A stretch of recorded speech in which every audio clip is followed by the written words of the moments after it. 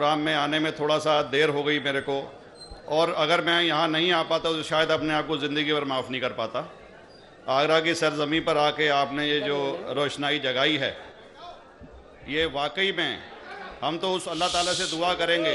जी हाँ, अल्लाह ताला से दुआ करेंगे कि आप जैसे 10-20 और नेक दिल और इतने पढ़े लिखे, इतने इंटेलेक्चुअल आदमी और पैदा करें, जिससे कि जाके आप भारत का कोना कोना, देश का कोना कोना रोशन करें। तहे दिल से स्वागत आपका। मेरा एक छोटा सा सवाल से पहले थोड़ा सा, एक हमारे भी गुरु ग्रंथ साहब के अंदर गुरु नानक साहब ने पूरी दुनिया का चक्कर लगाया, जिसके अंदर मक्का मदीना भी शामिल है। और जैसा कि एक सवाल इससे पहले हो चुका है कि गैर मुस्लिम जो है मक्का मदीना में अलाउड नहीं, या वहाँ का कैंटोनमेंट जो है अलाउ परमिशन नहीं देता। मगर ये तो तय है, आप मानते हैं, इस्लाम मानता है, हम मानते हैं, हमारे ग्रंथों के अंदर दर्ज है। गुरु नानक साहब के 2 चेले थे, एक बाला और एक मर्दाना, एक हिंदू और एक मुस्लिम।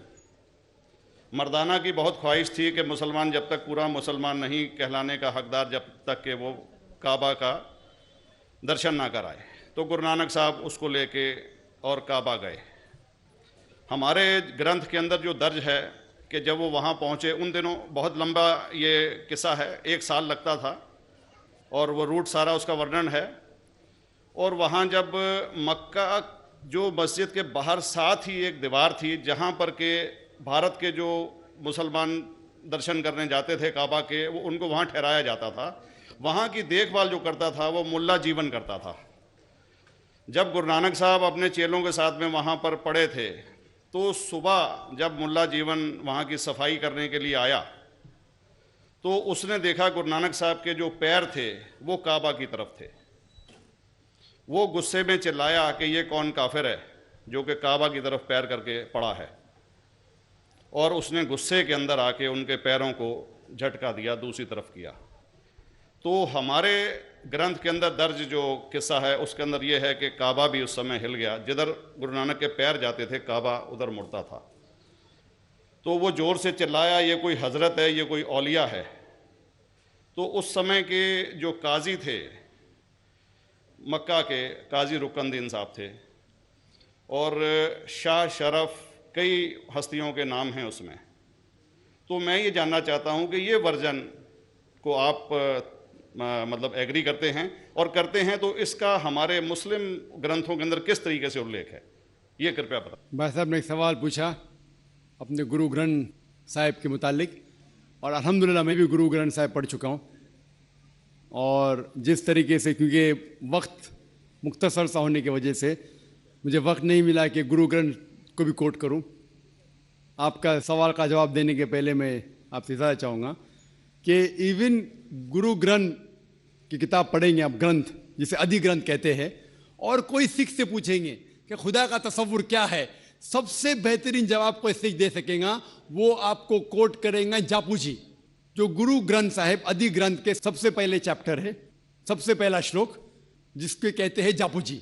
इसके मानी है कि God is true, he is only one, he is not begotten and is free from fear and want. क्योंकि मैंने अंग्रेजी में पढ़ा हूं, इसलिए मैं अंग्रेजी में उसे कह रहा हूं कि खुदा एक ही है, वो हक है, और वो ना किसी को जना है ना किसी को जनेगा, और वो इमॉर्टल है, ना कभी मर सकता है। और इसको सिखिज्म में जो खुदा को कहते हैं Omkara, in manifest form he is Omkara, and unmanifest form he is एक ओमकारा। और कई इसके एट्रीब्यूट्स है, मिसाल के तौर पे परवरदिगार, अकल, और उसे रहीम कहा गया है, Wahe Guru as one God कहा गया है, और it is strictly against idol worship and अवतारवादा।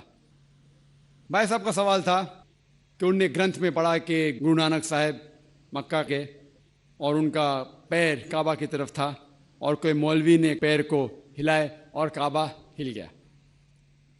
क्योंकि ये age of science and technology है, अगर कोई चीज़ जो किताब हजारों साल पहले लिखी गई है, 10,000 साल या 4,000 साल, तो शायद उसके बारे में हिस्टोरिकल रिकॉर्ड मिलना मुश्किल है। हालांकि इवन जीसस क्राइस्ट के बारे में 2,000 साल हिस्टोरिकल रिकॉर्ड है क्योंकि सिखिज्म जो एकदम नया मज़हब है, जितने मज़ाहिब के मुकाबले हिंदुस्तान में नया है, कुछ सैकड़ों साल पहले 15th सेंचुरी में, toward the end of the 15th century, Guru Nanak साहब जो पंजाब के थे, ये मज़हब तो कायम हुआ हार्डली 400-500 ईयर, 400-500 साल।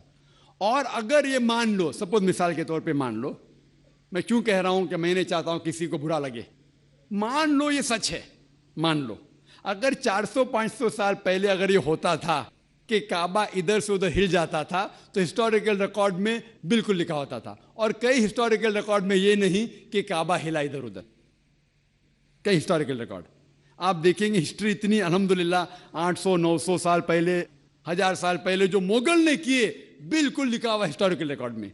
तो ये कहना कि गुरु नानक साहब वहां गए और काबा हिल गया, ये बिल्कुल साइंस के खिलाफ है, क्योंकि साइंस में कोई भी रिकॉर्ड नहीं है, वहां के देश के रिकॉर्ड में कहीं भी नहीं कि काबा हिला। तो इसलिए हम कहते हैं कि हो सकता है ये गलती से किसने लिखा होगा न, कई किस्से कहानी। ये मैं तस्लीम करता हूं कि गुरु ग्रंथ साहिब में कई चीजें सही है, हक की बात है, लेकिन ये तस्लीम करना कि काबा हिल गया, ये बिल्कुल साइंस के भी खिलाफ है, साइंस के खिलाफ है।